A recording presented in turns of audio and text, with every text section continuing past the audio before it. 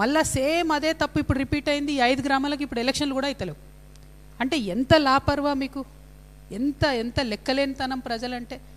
బీసీలను ఇట్లా మభ్యపెట్టాలని చూడడం కరెక్ట్ కాదు. ఇటువంటి బీసీ ద్రోహి పార్టీకి తెలంగాణలో స్థానం లేదు. నేను తెలంగాణ బీసీ బిడ్డలకు పిలుపునిస్తా ఉన్నా, ఎక్కడికక్కడ కాంగ్రెస్ గద్దెలను కూలగొట్టేసేయండి. మనకు అవసరం లేదు ఈ పార్టీ, బీసీలకు ద్రోహం చేసేటటువంటి పార్టీ.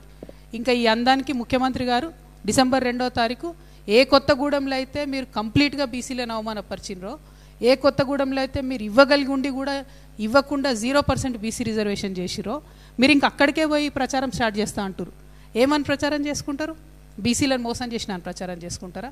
మొన్న ఖమ్మం పోయినప్పుడు కూడా మేము చెప్పడం జరిగింది.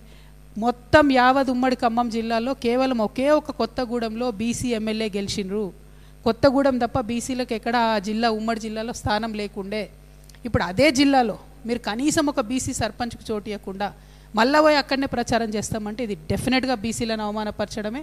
ఖచ్చితంగా కాంగ్రెస్ గద్దెలు కూలాల్సిందే. మనకు అవసరం లేదు ఆ పార్టీ.